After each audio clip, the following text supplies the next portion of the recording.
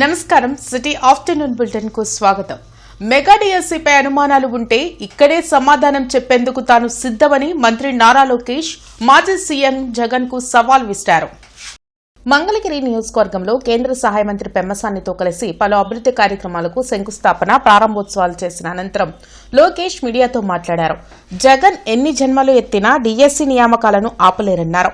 ఒక్క డిఎస్సీ అయినా నిర్వహించి ఉంటే హారిజాంటల్, వర్టికల్ రిజర్వేషన్లు అర్థమవుతాయని మంత్రి లోకేష్ తెలిపారు. మహిళలను గౌరవించిన ఏకైక పార్టీ వైసీపీ అని మండిపడ్డారు. బెంగళూరులో కాకుండా ఆంధ్ర రాష్ట్రంలో నివసిస్తే వాస్తవాలు తెలుసుకునే అవకాశం ఉంటుంది. ఆయన సొంత నియోజకవర్గంలో నివసించారు. ఆయన చూస్తే బెంత్ అహే అని పేరు పెట్టారు. అంటే బెంగళూరులో ఉంటాడు, తాడేపల్లిలో ఒక రోజు, హైదరాబాద్లో మిగిలిన రోజు. అలా ఉంటే వాస్తవాలు ఎటు తెలుస్తుంది? రాండి, ఫీల్డ్లో తిరగండి, వాస్తవాలు తెలుసుకోండి. ఎక్కడ అరకొర తప్పులుంటే తెలియజేయండి, సరిదిద్దడానికి ప్రభుత్వం సిద్ధంగా ఉంది. జగన్ ఎన్ని జనంలో ఎత్తినా డిఎస్సీని ఆపలేడు రవి. ఎందుకంటే పారదర్శకంగా నేను నడిపించా. గతంలో పడిన కేసులని తీసుకుని ఏ ఇంజన్లో పెట్టి ఏ కారణాల వల్ల కేసు పడినాయి, సబర్బాల్ జడ్జిమెంట్, హారిజాంటల్, వర్టికల్ రిజర్వేషన్ అంటే ఏంటి, ఎందుకంటే వెరీ కాంప్లికేటెడ్ సబ్జెక్ట్ అని నేను ముందర నేర్చుకుని స్టడీ చేసి పర్ఫెక్ట్ నోటిఫికేషన్ వేసి భారతదేశ చరిత్రలోనే ఎక్కడ జరగని విధంగా మేము నోటిఫికేషన్ చేశాం. గత 5 ఏళ్ల వైసీపీ పాలనలో రాష్ట్రానికి రాజధాని లేకుండా చేసి అవహేళన చేశారని టీడీపీ జిల్లా అధ్యక్షులు పిల్లి మాణిక్యారావు మండిపడ్డారు. అరండల్పేటలోని టీడీపీ కార్యాలయంలో జరిగిన మీడియా సమావేశంలో పిల్లి మాణిక్యారావు, జనసేన జిల్లా అధ్యక్షులు గాది వెంకటేశ్వరరావు, బీజేపీ జిల్లా అధ్యక్షులు చెరుకూరి తిరుపతిరావు మాట్లాడారు. గత 5 ఏళ్ల వైసీపీ పాలనలో అరాచకం రాజ్యమేలిందన్నారు. కూటమి ప్రభుత్వం అధికారంలోకి వచ్చాక ప్రజలకు సుపరిపాలన అందించడం జరిగిందన్నారు. కూటమి ప్రభుత్వం ఇచ్చిన హామీలన్నీ నెరవేర్చడంతో ప్రజలంతా సంతోషంగా ఉన్నారని చెప్పారు. అందుకే గురువారం ఏటుకూరు రోడ్లోని సత్యసాయి మందిరంలో విజయోత్సవ సభ జరుగుతుందన్నారు. ఆ సభలో 2 ఏళ్ల పాటు ప్రజలకు అందించిన పథకాల గురించి నేతలు వివరించడం జరుగుతుందన్నారు. ప్రతి ఒక్కరూ విజయోత్సవ సభకు విచ్చేసి జయప్రదం చేయాలని పిలుపునిచ్చారు. ఒక్క మాట చెప్తా, నేను జగన్మోహన్ రెడ్డి విష ప్రచారాన్ని సాగనీయం. జగన్మోహన్ రెడ్డి ఆంధ్రప్రదేశ్లో రాజకీయాలు చేయడానికి అవకాశం లేకుండా చేస్తాం. ఇదే పద్ధతిలో ప్రజలు ఎప్పుడూ సుఖంతో సంతోషంతో ఉండేటట్టు ఈ పాలన కొనసాగుతుందని సందర్భంగా తెలియజేస్తూ, రేపు కూటమి ఆధ్వర్యంలో సభ జరుగుతూ ఉంది, దానికి తరలి రావాలని చెప్పేసి కోరుతూ, అందుకని ఒకసారి ఒళ్ళు దగ్గర పెట్టుకుని అందరూ కూడా ఉండండి. మీరు ప్రజాస్వామ్యతంగా రండి. ఖచ్చితంగా రాష్ట్ర అభివృద్ధి కోసం మీరు కూడా పాల్పంచుకోండి. ఒక ప్రతిపక్ష పత్రంలో మీరు సలహాలు ఇవ్వండి, స్వీకరిస్తాం. అంతేగాని ఇలాంటి పిచ్చి చేష్టలు చేస్తే రియాక్షన్ చాలా సీరియస్గా ఉంటుందని చెప్పేసి ఒకసారి తెలియజేస్తూ, మరొకసారి రాష్ట్ర ప్రజలందరూ కూడా అర్థం చేసుకుని ఇలాంటి పిచ్చి వాళ్ళని ఎక్కడ పెట్టాలి అక్కడ పెట్టండి అని చెప్పి తెలియజేసుకుంటూ, మరొకసారి గుంటూరు జిల్లా వ్యాప్తంగా ఉన్నటువంటి కూటమి అభిమానులందరూ కూడా రేపటి సభకు పెద్ద ఎత్తున తరలివచ్చి మీ సంఘీభావాన్ని తెలియజేసి మున్ముందు రాబోయేటటువంటి లోకల్ బాడీ ఎలక్షన్లో కూడా మీ సపోర్టు ఈ రకంగా ఉంటుందని చెప్పేసి ప్రతిపక్ష హోదాలని ఆ ప్రతిపక్షానికి తెలియపరచాలని చెప్పేసి కోరుకుంటూ సెలవుకుంటాను. జై హింద్, జై జనసేన. స్థానిక సంస్థల్లో బీసీ రిజర్వేషన్పై అధ్యయనంకు ఏర్పాటు చేసిన dedicated commission chairman Rajiv Ranjan Mishra గుంటూరుకు వచ్చారు. కలెక్టరేట్లోని శంకరన్ హాల్లో వివిధ బీసీ ప్రజా సంఘాల నుంచి బీసీ రిజర్వేషన్లపై అధ్యయనంకు ఏర్పాటు చేసిన dedicated commission chairman Rajiv Ranjan వినతులు స్వీకరించారు. కేసన శంకర్రావు, అంగిరెకుల వరప్రసాద్, ఇతర బీసీ నాయకులు కమిషన్ చైర్మన్ ను కలిసి బీసీ రిజర్వేషన్పై తమ అభిప్రాయాలను వెల్లడించారు. సమగ్ర జనగణనతో పాటు బీసీ కులగణనను కూడా నిర్వహించాలని, అప్పటి వరకు ఈ కమిషన్ ను కొనసాగించేలా కూటమి ప్రభుత్వం నిర్ణయం తీసుకోవాలని వారు సూచించారు. రిజర్వేషన్లో 50% సీలింగ్ ను కేంద్రం ఎత్తివేస్తే తప్ప బీసీ రిజర్వేషన్ అమలు సాధ్యం కాదని స్పష్టం చేశారు. ఈ దేశంలో మరి అనగారిన బలహీన బడుగు వర్గాలు అత్యధిక సంఖ్యాకులైనటువంటి వారు ఈ రోజున మరి వారికి సరైనటువంటి సమస్త రంగాల్లో కూడా సరిగా న్యాయం జరగట్లేదు. అదేవిధంగా మోస్ట్ బ్యాక్వర్డ్ క్లాసెస్ ఉన్నారు, అతి తక్కువ జనాభా కలిగిన కొన్ని కులాలు ఉన్నాయి. ఆ కులాలకు ఇంతవరకు స్థానిక సంస్థల్లో కానీ చట్టసభల్లో కానీ ఎక్కడ కూడా ప్రాధాన్యత లేనటువంటి పరిస్థితులు కూడా మనందరికి కూడా తెలుసు.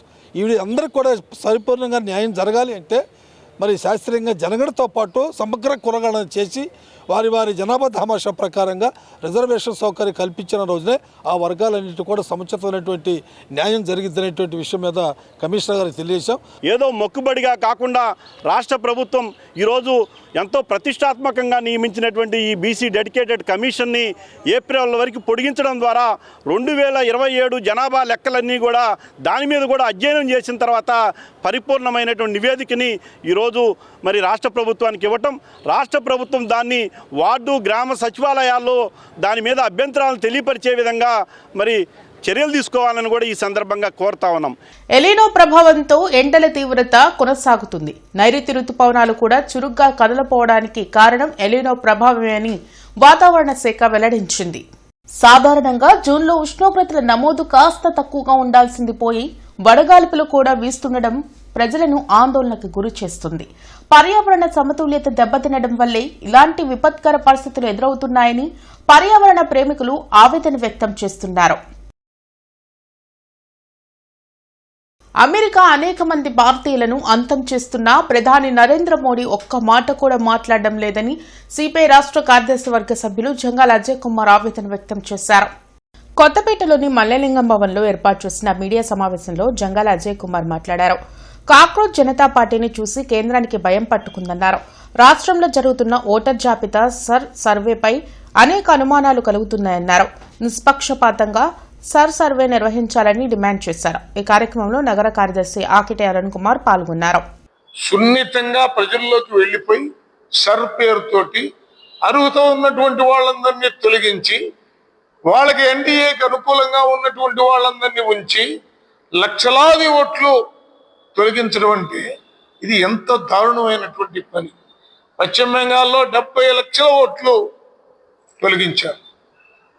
అలాగే మద్రాసులో 40 లక్షల ఓట్లు తొలగించారు. కేరళలో 60 లక్షల ఓట్లు తొలగించారు. ఇలా తొలగించుకుంటూ పోతే ఈ దేశంలో ఏకపార్టీ కొనసాగించాలనేటటువంటి దురుద్దేశంతో జరుగుతుంది తప్ప ఇది కరెక్ట్ కాదు. 10వ తరగతి పబ్లిక్ పరీక్షల్లో జిల్లా పరిషత్ ఉన్నత పాఠశాల అనంతవరం కొల్లూరు మండలం విద్యార్థులు 100% ఉత్తీర్ణత ఫలితాలు సాధించిన సందర్భంగా విద్యార్థులను ఉపాధ్యాయులను అభినందిస్తూ కనకమిడెల జన్మభూమి ఫౌండేషన్ ఆధ్వర్యంలో అభినందనోత్సవ కార్యక్రమం ఘనంగా నిర్వహించారు. వేమూరు ఎమ్మెల్యే నక్కానందబాబు ఈ కార్యక్రమంలో పాల్గొన్నారు. ఈ కార్యక్రమానికి ముఖ్య అతిథిగా హాజరైన వేమూరు నియోజకవర్గ ఎమ్మెల్యే మాజీ మంత్రి నక్కా ఆనందబాబు ప్రతిభ కనబరిచిన 30 మంది 10వ తరగతి విద్యార్థులకు ఒక్కొక్కరికి 10,000 రూపాయల చొప్పున నగదు ప్రోత్సాహక బహుమతులు అందజేశారు. అలాగే 100% ఫలితాల సాధనకు విశేష కృషి చేసిన ఉపాధ్యాయులను ఘనంగా సన్మానించారు. అనంతరం ఆయన మాట్లాడుతూ గ్రామీణ ప్రాంతాల విద్యార్థులు కూడా ఉన్నత లక్ష్యాలను నిర్దేశించుకొని క్రమశిక్షణ అంకితభావంతో కృషి చేస్తే రాష్ట్ర, జాతీయ, అంతర్జాతీయ స్థాయిలో రాణించగలరని పేర్కొన్నారు.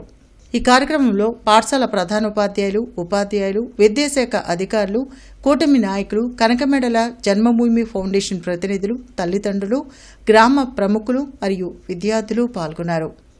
స్కూల్లో ఖాళీ అవుతున్నటువంటి సీట్లు కూడా ఫిలప్ అయిపోయి స్కూల్ గేట్ల దగ్గర సీట్లు లేవనే బోర్డులు వెలుస్తూ ఉన్నాయి. ఆ పరిస్థితి రావాలి. ఎందుకంటే విద్య అనేది ఫ్రీ ఎడ్యుకేషన్ కావాల్సిన అవసరం ఉంది. కాంపిటీషన్ మీద ఎవరికోడు డబ్బులు పెట్టి చదువుకునే పరిస్థితి నుంచి చదువు కొనుక్కునే పరిస్థితికి వెళ్ళాం. దాని నుంచి మారాల్సిన అవసరం ఉంది. సమాజంలో అందరూ ఒకటే, అందరికీ నాణ్యమైన విద్య ఉచితంగా అందేదానికి ఇవాళ ప్రభుత్వం అనేక రకాలుగా కష్టపడి పనిచేస్తూ ఉంది. ఎంతో వ్యయంతో కూడుకున్నటువంటి తల్లికి వందనం పథకం కింద చదువుకునే పిల్లలు ఎంతమంది ఉంటే అంతమంది ఇంటర్మీడియట్ వరకు 15,000 రూపాయలు వాళ్ళ తల్లుల ఖాతాలకు జమ చేసే పరిస్థితి ఉంది. రాష్ట్ర ప్రభుత్వం ఏర్పడి 2 ఏళ్లు పూర్తయిన సందర్భంగా జీఎంసీ పరిధిలో నిర్వహించే జిల్లా స్థాయి 2 ఏళ్ల నమ్మకం, అభివృద్ధి, సంక్షేమం విజయోత్సవ సభ విజయవంతానికి విధులు కేటాయించబడిన ప్రతి విభాగ అధికారులు సమన్వయంతో కృషి చేయాలని కార్యక్రమ నోడల్ అధికారి కమిషనర్ మయూర్ అశోక్ తెలిపారు. ఇవి ఇప్పటివరకున్న వార్తా వివరాలు. మరికొన్ని వార్తా విశేషాలతో మళ్ళీ కలుద్దాం. అంతవరకు సెలవు. నమస్కారం.